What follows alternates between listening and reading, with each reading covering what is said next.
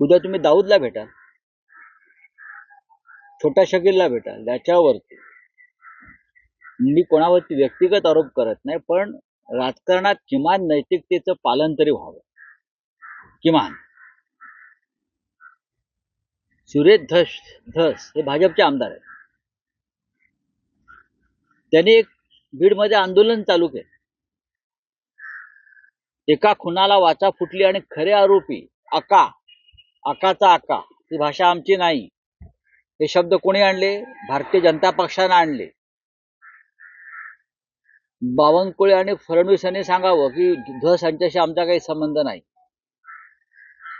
धस यांनी जेव्हा पहिली बोंब मारली तेव्हाच त्यांना थांबवायला पाहिजे होते, पण धसला बोंबाबोंब करू दिली.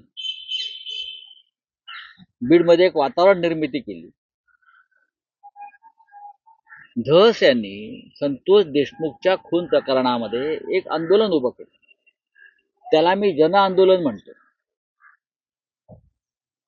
संतोष देशमुख यांचा मुलगा, मुलगी, भाऊ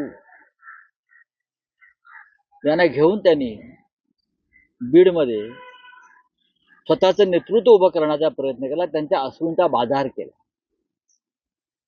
वाल्मिकी कराड असेल किंवा वाल्मिकी कराडचा बॉस धनंजय मुंडे असेल, या संदर्भात महाराष्ट्राच्या जनतेला माहिती कोणी दिली? आम्हाला माहित नव्हतं हे बीडमध्ये काय चाललंय. आणि या बिहार टाईप माफिया टोळ्यांचं नेतृत्व कोण करत आहे हे सुरेश धस यांनी महाराष्ट्राला आणि देशाला सांगितलं. धनंजय मुंडे यांच्या संदर्भात त्यांची एक भूमिका होती आणि ती अत्यंत परकड भूमिका होती. त्यांच्या दृष्टीने ते गुन्हेगार, आरोपी आणि मुख्य सूत्रधार आहेत बीडमधल्या माफिया टोळ्यांचे. मी म्हणत नाही, सुरेश धस म्हणताय. आणि मग त्या मुंडेंना तुम्ही अचानक रात्री भेटायला जाता, 4 तास बसता, जेवण करता, लोकांच्या मनात संशय निर्माण होणार. आणि फडणवीस असं म्हणतात, भेटलं तर काय झालं? काहीच हरकत नाही भेटायला. पण ज्यांच्यावर तुम्ही आरोप करताय, ज्यांना तुम्ही एका खुनाचे मुख्य सूत्रधार मानताय, ज्यांना तुम्ही बीडमधल्या मिर्झापूरचं डॉन मानताय, त्यांना तुम्ही रात्री गुपचूप भेटता आणि फडणवीस त्याचे समर्थन करतात. म्हणजे तुमचं हँड इन ग्लोज झाला म्हणतो. मिली भगत आहे की काय या सगळ्यामध्ये? याच्यामध्ये सुरेश धस किंवा धनंजय मुंडेची नाचक्की झाली नसून याच्यामध्ये बावनकुळे आणि देवेंद्र फडणवीस यांच्या नैतिकतेचा बुरका फाटला हे स्पष्टपणे मला सांगायचं असं वाटतं. धनंजय मुंडे यांचा राजीनामा द्यायचा की नाही, यापेक्षा त्यांनी कुणी घ्यायचा हे ठरायला पाहिजे. तो अजित पवारांनी घ्यायचा की देवेंद्र फडणवीस यांनी घ्यायचा? कोणाला वाचवताय? माझं तर स्पष्ट मत आहे, मनोज जरांगे पाटील यांचं जे नेतृत्व उभं राहिलं मराठा समाजामध्ये आणि त्यांनी जे आंदोलनाला सुरुवात केली होती पुन्हा एकदा निवडणुकीनंतर, त्या आंदोलनाची धार कमी करण्यासाठी भारतीय जनता पक्षानं सुरेश धस हा मोहरा मराठा समाजाचा पुढे आणला आणि त्यासाठी त्यांना संतोष देशमुखाच्या खुनाचा त्यांनी वापर केला. मग या खून प्रकरणात भाजपचा हात आहे का? लोकांचं लक्ष विचलित करण्यासाठी हे पाहावं लागेल. मग अशा प्रकारची लढाई सोमनाथ सूर्यवंशीच्या प्रकरणात का करायला लावली नाही तुम्ही? कारण का दलित होता तो? सोमनाथ सूर्यवंशी हा संविधानाचं रक्षण करण्यासाठी मारला गेला, पोलीस लॉकअप मध्ये मारला गेला. त्याच्यावरती कोणी आंदोलन केलं नाही, करायला लावलं नाही भाजपनं. पण संतोष देशमुख प्रकरणामध्ये हा वापर केला गेला. हे भारतीय जनता पक्षाच्या राजकारणाचं एक स्वरूप आहे. अशा प्रकारचं राजकारण सर्वत्र भारतीय जनता पक्ष करतं. बलात्काराचं राजकारण, खुनाचं राजकारण, व्यभिचाराचं राजकारण, भ्रष्टाचाराचं राजकारण सर्वत्र. मुंबईमध्ये न्यू इंडिया बँक ज्या प्रकारे लुटली गेलेली आहे त्याच्यामध्ये सगळे भारतीय जनता पक्षाचे लोक आहेत. जनतेचा पैसा, सगळे बिल्डर, मेहता, जैन आणि एक कदम भाजपचा. आता कुठे गेले मुलुंडचे पोपटलाल? आता कुठे गेले? एवढी मोठी बँक लुटली गेली शेकडो कोटीना. आता हा मुलुंडचा पोपटलाल कुठे लपलाय, कुठल्या बिळात लपलाय? आता का बोलत नाही तो? का भारतीय जनता पक्षाच्या लोकांनी बँक लुटली म्हणून बोलत नाही? गरिबांचा पैसा नाही तो, सामान्यांचा पैसा नाही, टॅक्सीवाल्यांचा पैसा आहे. जॉर्ज फर्नांडिस यांनी स्थापन केलेली बँक आहे. आता तुमच्याकडे कागदपत्र पुरावे, आता ते ईडीकडे का जात नाहीत? आता ईडीला का सांगत नाहीत? आता काय पत्रकार परिषदा घेत नाहीत? आता का बुच बसला तोंडाला त्यांच्या? का? भाजपचे आमदार त्याच्यामध्ये अडकलेत. भाजपच्या आमदारांच्या दबावाखाली कर्ज वाटप झालं. बोला ना, देवेंद्र फडणवीसांनी उत्तर दिलं पाहिजे याच्यावरती. काय गुन्हे दाखल करताय तुम्ही? कोणाला गुन्हे दाखल करताय? सगळ्या बिल्डर ज्यांना पैसे मिळाले ते सगळे भाजपशी संबंधित आहेत आणि RSS संघाशी संबंधित आहेत. ही अत्यंत गंभीर गोष्ट आहे. या देशामध्ये विरोधी पक्षाच्या लोकांना एक न्याय आणि सत्ताधाऱ्यांना दुसरा नाही. कोणता समान नागरी कायदा आणताय तुम्ही? काल पुन्हा एकदा अमृतसरला विमान उतरलं लष्कराचं अमेरिकेच्या. उतरू कसं देत आहे? अफगाणिस्तान नंतर अमेरिकेचं लष्करी विमान उतरणारा भारत हा दुसरा देश आहे. अफगाणिस्तानला उतरतात लष्करी विमान अमेरिका, त्यानंतर भारतात. पुन्हा एकदा बेड्या घातल्या. शीख बांधवांच्या पगड्या उतरवल्या गेल्या. काय करते भारतीय जनता पक्ष? का त्यांना देशाचा अपमान वाटत नाही? आमच्या शीख बांधवांच्या पगड्या उतरवल्या गेल्या आणि तुम्ही तिथे दिल्लीतल्या 84च्या दंगलीवरती अजूनही आवाज उठवताय. चांगलं आहे, पण शिखांच्या पगड्या उतरवून त्यांना बेड्या घालून ते आणलं आणि आमच्या भूमीवरती उतरवलं. आमच्या हद्दीमध्ये बेड्या घातलेल्या आहेत त्यांना. लक्षात घ्या, अमेरिकेत नाहीत. नरेंद्र मोदी रशिया आणि युक्रेनचं युद्ध थांबवू शकतात. पापाने वार रुकवा दिया. नरेंद्र मोदी आणि त्यांचे भक्त, आंधळे भक्त, रशियाचं आणि युक्रेनचं युद्ध मोदींनी थांबवलं. पण आमच्या भारतीयांच्या पायातल्या बेड्या आमच्या भूमीवर अमेरिकेने घातल्या. एक गुलामी आहे. नरेंद्र मोदींनी काय केलं? 56 इंचाची छाती घेऊन ते अमेरिकेला गेले आणि छातीमध्ये टाचणी टोचली ट्रम्प आणि ती छाती लहान करून इथे आले. ही अत्यंत शर्मनाक गोष्ट आहे. तिसरं विमान आलं बेड्या घालून भारतीयांचं. काय केलं मोदींनी जाऊन तिथे? प्रधानमंत्र्यांनी जाऊन केलं काय? जीव भारतीयांचा राष्ट्रभक्त आहात ना स्वतःला तुम्ही, अतिराष्ट्रवादी समजता. हिंदू तुडवला जातोय कुंभच्या नावाखाली.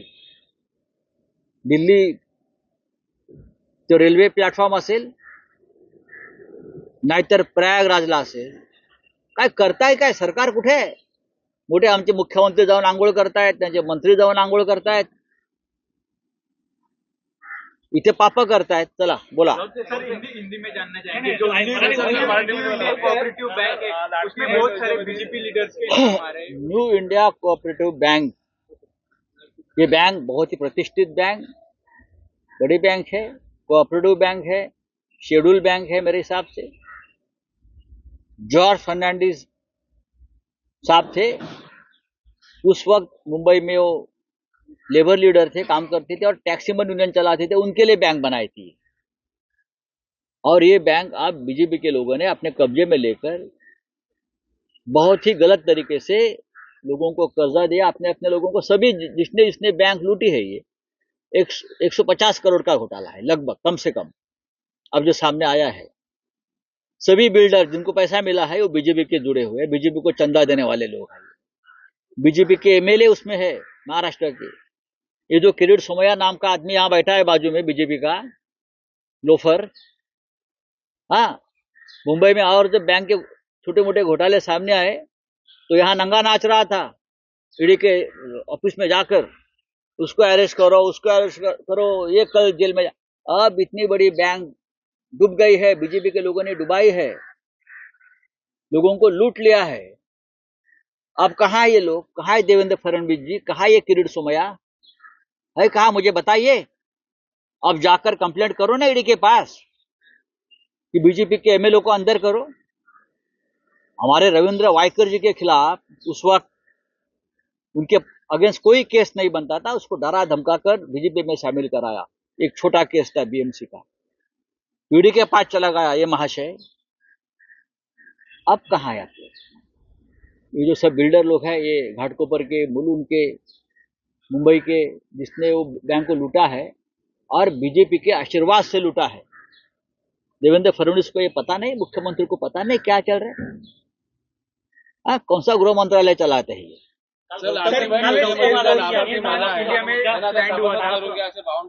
कोणाला?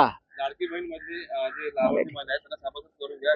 तारापूर अणुऊर्जा प्रकल्पाला काल गौतम अदानी यांनी भेट दिली. विमानतल इंडिया में उतरा था. तीसरा विमान है, उसमें उस विमान में सिखों की पगड़ी, जो उनका धर्म का एक सर्वोच्च सम्मान होता है पगड़ी, वो पगड़ी उतार दी, हाथ पांव में बेड़िया डालकर उनको उतरा। अमेरिका का लश्कर का विमान, आर्मी का विमान, इस प्रकार से आर्मी का विमान अमेरिका का अफगानिस्तान में उतरता था अब तक, अफगानिस्तान में। अब भारत में उतर रहे हैं, हमारे जमीन पर हमारे लोगों को अमेरिका जंजीरें डालकर, सिखों की पगड़ी उतारकर नीचे उतार रहे हैं। और रशिया और यूक्रेन के वॉर रुकाने वाले हमारे पापा चुप बैठे हैं। अमेरिका में जाकर बड़े पापा को मिलकर आए, फिर भी बड़े पापा ने कुछ नहीं किया। जाने के बाद तुरंत दूसरा विमान भेजा, जंजीरें और बेड़िया डालकर भारतीयों को यहाँ भेज दिया पंजाब की भूमि पर। गुजरात में क्यों नहीं उतरता विमान? अहमदाबाद में एयरपोर्ट नहीं है? मुंबई में क्यों नहीं उतार रहे हो? दिल्ली में क्यों नहीं उतार रहे हो? चंडीगढ़ में क्यों नहीं उतार रहे हो? पंजाब में ही क्यों उतार रहे हो आप? क्यों? क्या कारण है? आपको शर्म नहीं आती ये अंधभक्तों को? ये हमारे देश के नागरिक है, हमारा खून है, उनको इस प्रकार से अपमानित करके अमृतसर में बेड़िया डालकर हमारे जमीन पर उतार रहे अमेरिका। और आप रशिया यूक्रेन वॉर रुकवाने की बात करते हो और वोट मांगते हो लोगों से। शर्म आनी चाहिए आपको। चलिए, थँक यू. प्रश्न असा आहे की भास्कर जाधव गेल्या काही दिवसांपासून स्टेटमेंट्स करतात, त्यांच्या नाराजीची चर्चा आहे, पण कालही त्यांनी स्पष्टीकरण केलंय की ते नाराज नाहीत. त्यांचं जे विधान होतं की त्यांच्या कार्यक्षमतेप्रमाणे काम करण्याची संधी मिळत नाही, त्यांनी कुठल्या पक्षाचं नाव घेतलं नव्हतं. ते असं म्हणतायत की मी कुठल्या पदासाठी नौटंकी आजवर केलेली नाही. एकूण ज्या पद्धतीनं पक्षाला सध्या गळती लागलेली आहे, पक्षात काही सिरियस विचार सुरू आहे की काही प्लॅन ऑफ ऍक्शन चेंज करावी किंवा काही कार्यपद्धती म्हणजे काय असतं, प्लॅन ऑफ ऍक्शन चेंज करावी असं आहे की म्हणजे यामध्ये काय आहे गेले 50-55 वर्ष हा पक्ष एका दिशेने चाललेला आहे. पक्षामध्ये वारंवार बदल होत गेले, पक्षाच्या नेतृत्वात नेते बदलले गेले, नवीन नवीन माणसं आली. अनेकदा आता सध्याच्या परिस्थितीमध्ये पक्षाला काही लोक सोडून जात आहेत. हे पदाधिकारी आहेत, एक लक्षात घ्या. हे पदाधिकारी काही ठिकाणी मोहापायी सोडून जातात. नगरसेवक असतील, माजी आमदार आहेत, विद्यमान आमदार खासदारांविषयी तुम्ही अफवा उडवताय, पण ज्यांना जायचं होते ते गेले. भास्कर जाधव हे पक्षाचे नेते आहेत, आमचे सहकारी आहेत. राजकारणातला त्यांचा अनुभव हा मोठा आहे आणि त्यांच्यावरती पक्षाने जबाबदाऱ्या दिलेल्या आहेत. त्यांच्याकडे पूर्व विदर्भाची जबाबदारी आहे, त्यांच्याकडे पश्चिम महाराष्ट्राची जबाबदारी आहे आणि ते काम आवडीनं करतायत. आता वारंवार आम्ही नेते मंडळ भेटत असतो आणि उद्धव साहेबांशी म्हणजे पक्षप्रमुखांशी चर्चा करतो. पुढल्या 2 दिवसामध्ये परत आम्ही भेटणार आहोत सगळे आणि नव्यानं काही जबाबदाऱ्या कोणाला अधिक घेता येईल का याविषयी आम्ही चर्चा करू. भास्करराव जाधव जे आहेत हे कोकणातले सध्या शिवसेनेचे एकमेव आमदार आहेत, हे मान्य केलं पाहिजे. कोकण आमचा बालेकिल्ला होता, यावेळेला आम्हाला पराभवाला सामोरं जावं लागलं. मग रायगड असेल, रत्नागिरी असेल, सिंधुदुर्ग असेल.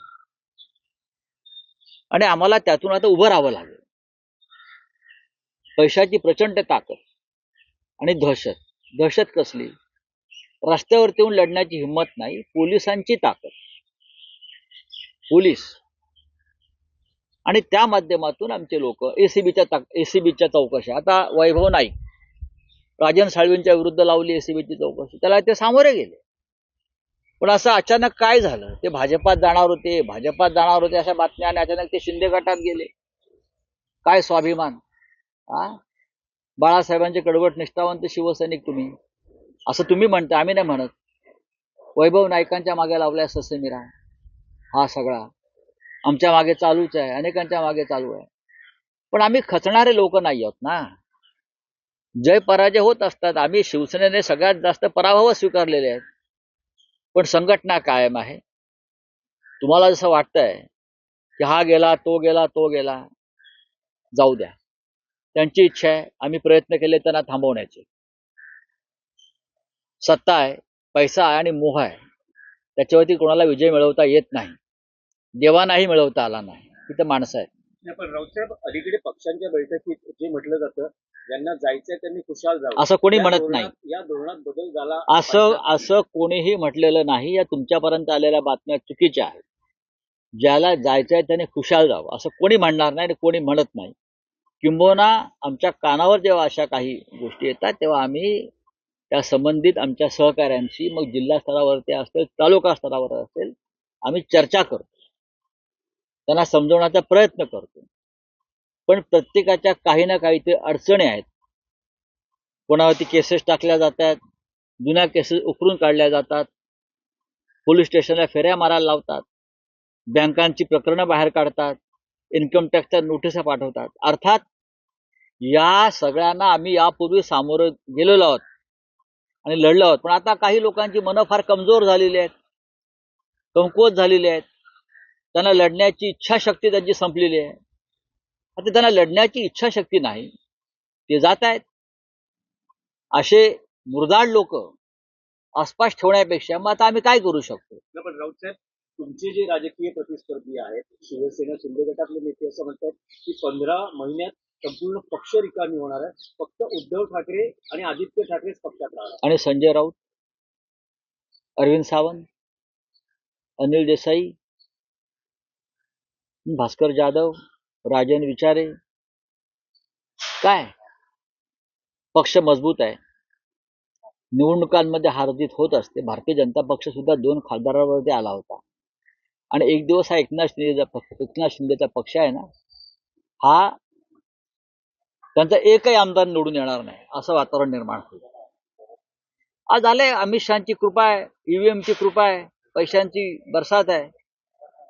पण एक निवडणूक जी आमच्या हातून गेलेली आहे, याचा अर्थ 2029चं चित्र हेच नसणार. 2029ला चित्र पूर्णपणे बदललेलं असतं. भारतीय जनता पक्ष आणि एकनाथ शिंदे एकत्र राहणार नाही आहेत भविष्यात. काम झालेलं आहे शिंद्यांचं, लक्षात घ्या. शिंद्यांचं काम झालंय, त्याच्यामुळे त्यांचं काम तमाम होणार आहे. आता सगळ्यांना दिसत आहे, हे त्यांनाही माहिती आहे आणि त्यांच्या लोकांनाही माहिती आहे. त्यांचा पक्ष हा भाजपमध्ये विलीन होईल किंवा त्या पक्षातला एक मोठा गट हा कोकणमधल्या एका नेत्याच्या नेतृत्वाखाली भाजप बरोबर जाईल. हे तुम्ही इथे लिहून घ्या स्टॅम्प पेपरवरती, मी तुम्हाला सही करून देतो. एकनाथ शिंदे म्हणतात की तुमचे जे बैठक केली ते डॅमेज कंट्रोल आहे, बाळासाहेबांचं डॅमेज करण्याचं काम त्यांनी केलं. 2-4 माणसं सोडली तर कोण काय डॅमेज म्हणजे सगळ्यात जास्त शिवसेने बाळासाहेबांना डॅमेज एकनाथ शिंदेनी केलाय ना. कसले डॅमेज कंट्रोल? एकनाथ शिंदे ह्या माणसाने बाळासाहेब ठाकरे, हिंदू हृदय सम्राट, या राज्याचं आणि भारताचं दैवत,